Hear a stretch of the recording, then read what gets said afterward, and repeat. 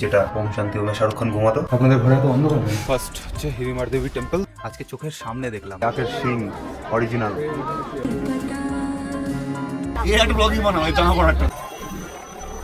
এই অটল টানে 10,040 ফুট উপরে, টোটাল 9.5 কিলোমিটার। अरे भाई देख देख देख অটল টানে থেকে বেরোবে জান্নাতের গিয়ে।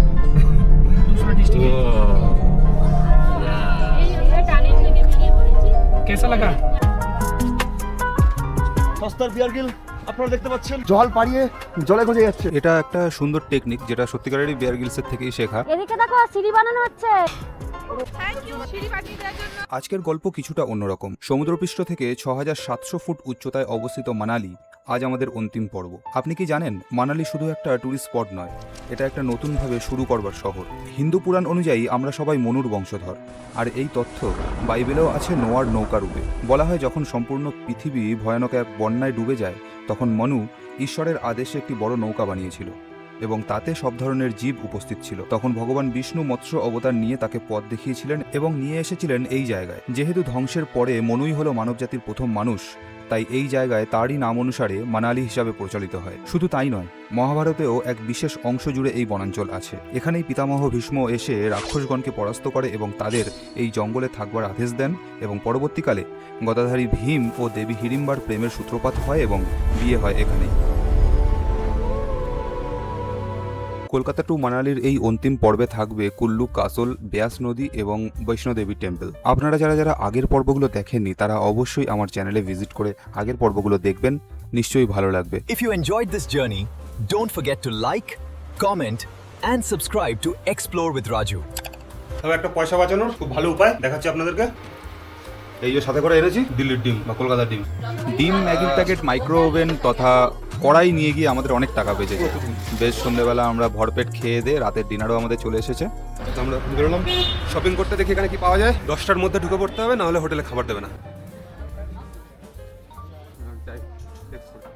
হুক্কা বার দেখলাম, তো যারা ইন্টারেস্টেড, আমি তো ইন্টারেস্টেড নই এতে, যারা আছে তারা ভিজিট করতে পারে। আর এটা ইংলিশ ওয়াইন শপ। পঞ্চুগুলোর দাম কেমন জিজ্ঞেস করো তো? কোনগুলো? पंचू माने? এই যে পঞ্চু পঞ্চু। यही जामा, पंचू जामा। अच्छा, पंचू जामा क्या प्राइस है? कितना? 250। ये जो स्वेटर टाइप का है ये? हाँ। अच्छा अच्छा, हाँ। कितने प्राइस है? 250 ধীরে ধীরে। আচ্ছা, এগুলো কালকে একটা আমরা নিয়েছিলাম 100 টাকা করে প্রাইস। এটা ঠিক আছে, এটা সুন্দর লাগছে। भैया सूट का दाम? सूट 1000 रुपए, 1000 रुपए, 1200, शाल कितने के अंदर आएगा? शाल 200 रुपए से स्टार्ट है, 200 से। মানালি মল, এক একটা দোকানে এক এক রকম দাম। তো একই দোকানে ঢুকে সব কিছু কেনাটা বোকামি হবে। গ্লাভস অনেকে আমাদের ওখান থেকে স্প্লানেড, ধর্মতলা বা গড়িয়াহাট, শিয়ালদা থেকেও নিয়ে নেয়, কিন্তু এখানে এসে যদি নিতে পারে অনেক সুন্দর সুন্দর কালেকশন পাওয়া যায়, আর দামও একই।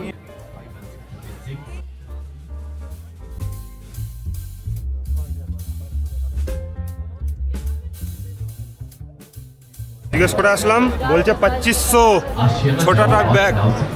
আমি জিজ্ঞেস করলাম ইতনা প্রাইস কাহে হ্যাঁ भैया? তো বললে পুরা কে পুরা হ্যান্ড ওয়ার্ক মে হ্যাঁ, ইসিলিয়ে। আমি বললাম ঠিক আছে, হাতে কেউ বানিয়েছে তার মূল্য তো দিতে হবে, কিন্তু সেই মূল্য দেওয়ার মতো আমার কাছে এখন মূল্য নেই। তার জন্য আমরা অন্য মূল্যের জায়গায় যাচ্ছি।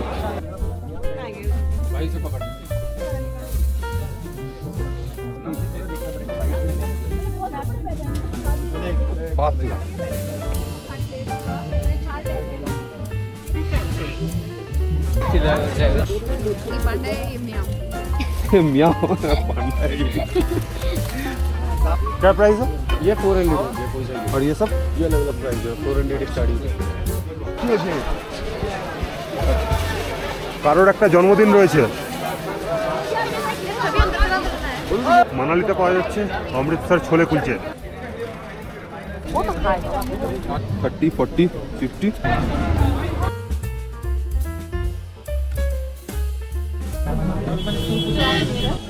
इस सब का प्राइस क्या है? 350 কত? 350। 450 করে। देखना है आप। और हम कल खाएंगे। ব্যাস তোমার হয়েছে মনে হয় বাবুর হয়ে যাবে। খোলো খোলো, লোকে হাসবে দেখে, খোলো।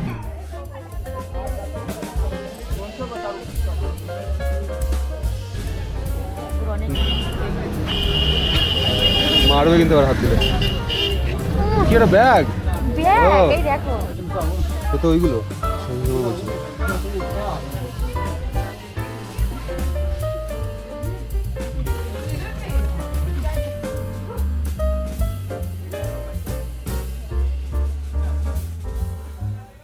আর আপনারা যারা মানালিতে এসে বাঙালি হোটেল খুঁজছেন, আশাপুরি ভোজনালয় আরও আছে, হোটেল শান্তিনিকেতন। এই মল রোড থেকে অনেকগুলো বাঙালি হোটেল আপনারা পেয়ে যাবেন। তার থেকে একটু এগোলেই বাইক রেন্টও পাওয়া যায়, হোটেল মেরিডিয়ানের ঠিক অপোজিটে বাঙালি হোটেলগুলো। মানালিতে ট্যাটুর দোকানও পেয়ে যাবেন আপনারা। শপিং করে ফেরার কথা ছিল 9:30টার মধ্যে, 10:51 আমাদের টিমমেটকে বলে দিয়েছি খাবারগুলো রিসিভ করে নিতে, কারণ 10টার পরে আমাদের হোটেলে আর খাবার দেয় না। গেট বন্ধ করে দেয়নি তো আবার।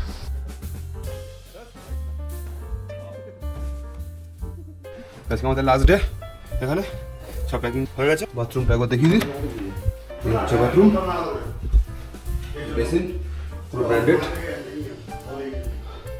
এখানে একটা 20 লিটারের গিজার আছে, সবসময় অন থাকে, সবসময় জল থাকে, গরম জল ঠান্ডা জল দুটোই আছে। আর এখানে কিন্তু জেট নেই, হিন্দিতে যেগুলো বিয়ে বলা হয়, বাংলায় কি বলা হয় জানি না।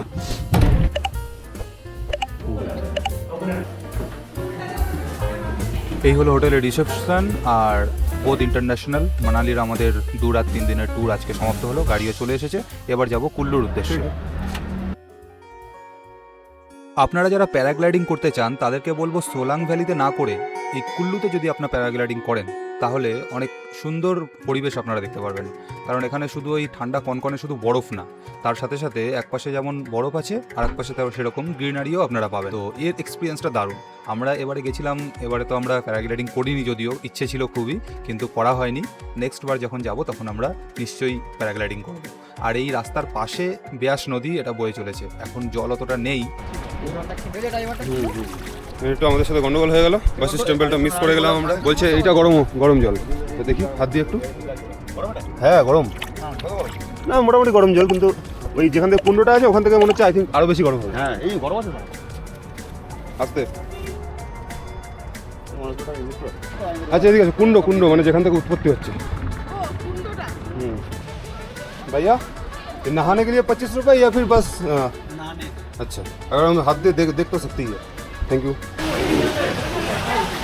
গরম পুরো। এদের এদের এদের এদের এদের কারো মন পরিষ্কার নেই, এদের কারো মন পরিষ্কার নেই। হ্যাঁ এই যে এর মন পরিষ্কার নেই। যেভাবে সবাই একসাথে জামা প্যান্ট খুলে চান করছে, চর্মরোগ সারবে কিনা জানি না। আমার চুল না না, এইটা চর্মরোগের ব্যাপার না, ওটা তো বাসিস টেম্পলে ঠাকুরের ব্যাপার আছে, এইটা তো এমনি নর্মাল।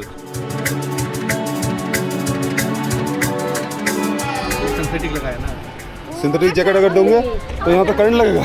একটা জিনিস এখানে এসে পরীক্ষা করলাম, এই যে রাস্তার পাশে রেলিং দেওয়া রয়েছে, এই রেলিং এখানে কারেন্ট মারে। কারেন্ট মারে তো কী কারণে কারেন্ট মারে? কারণ এটা সিনথেটিক জ্যাকেট পরে থাকলে নাকি বলছে কারেন্ট মারে। আমি আপনাদের জন্য একবার চেষ্টা করে দেখি। এই যে পটপট করে আওয়াজ হচ্ছে, তো ক্যামেরায় আসছে কিনা জানি না, কিন্তু কারেন্ট মারছে হালকা আর্থিং। লোকরা বলছে এটা নাকি সুইসাইড পয়েন্ট। এই গাড়ি ঢুকে গেল তো। হ্যাঁ গাড়ি যাচ্ছে তো। যেটা দেখতে একটু গাড়ি এসে বেরিয়ে যেতে হবে। কি কাণ্ড। দেখি চলো।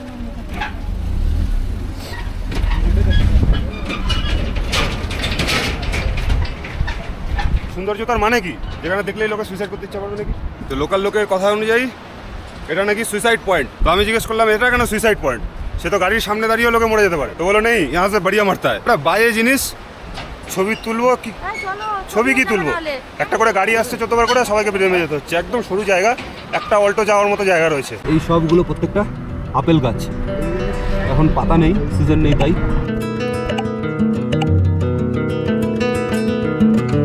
তো রাফটিংয়ের একটা কথাটা জিজ্ঞেস করলাম, প্রাইস বললো একটা 9 কিলোমিটারে আছে আর এটা 14 কিলোমিটারে আছে।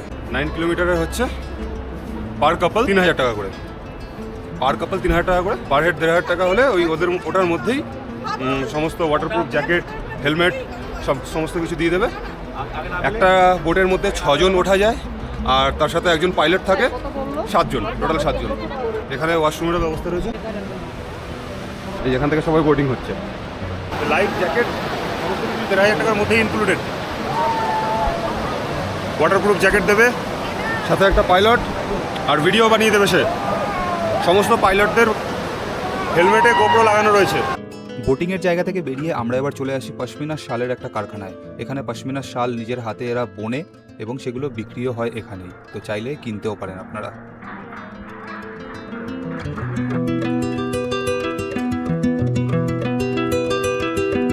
এবার যাচ্ছি বৈষ্ণব টেম্পলের দিকে। ওই যে চলো আসো, জুতো এখানে খুলতে হবে তো, সক্স খুলতে হবে না? না সব एक साथ है ये सब।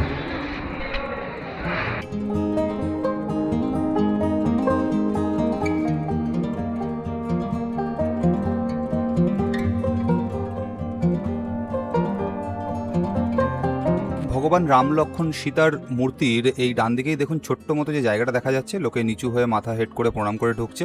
এটাই হচ্ছে মেন মন্দিরে যাওয়ার পথ।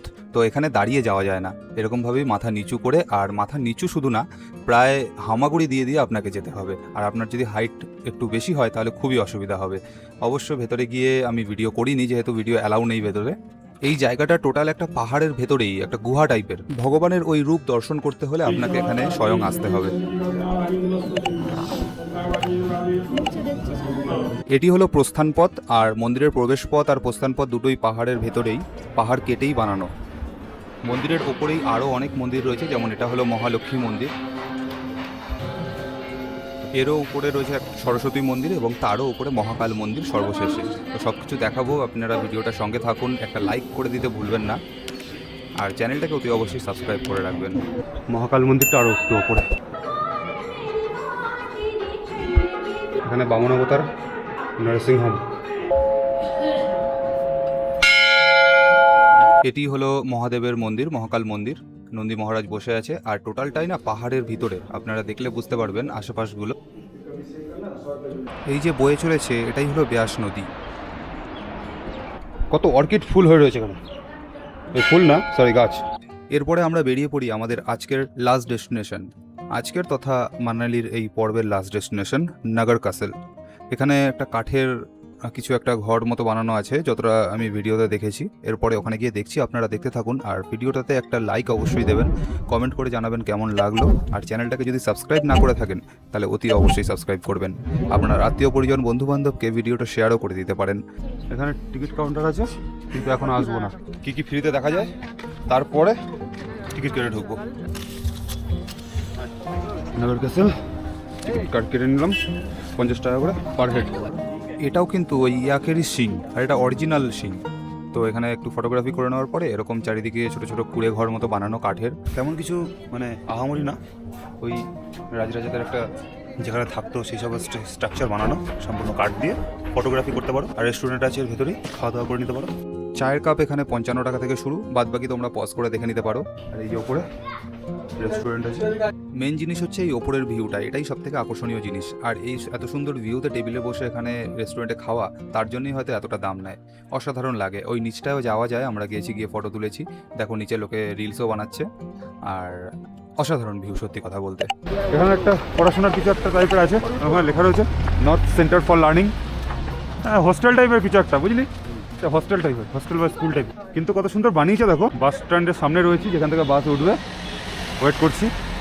দূরের বাড়িগুলোর দিকে নজর পড়লো, একদম পুরো তারার মতো লাগছে, মনে হচ্ছে নক্ষত্র এক একটা, কিন্তু আসলে ওইগুলো সব এক একটা বাড়ি পাহাড়ের ওপরে ওপরে। দিনের বেলা বোঝা যায়, রাতের বেলা একদম তারার মতোই লাগছে। এখানে একটা সবজি দোকান দেখলাম, তো দাম জিজ্ঞেস করলাম।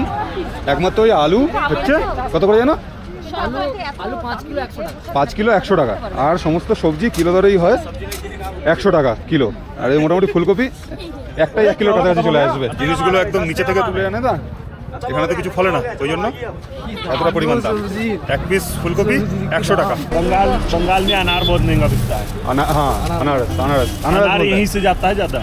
अनार यहाँ पे कितना प्राइस है, क्या रहता है? यहाँ बस 80 रुपये, 90 रुपये, 100 रुपये बस।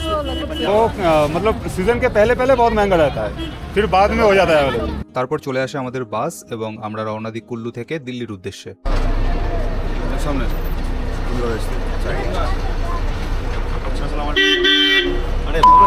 চলে এসছো?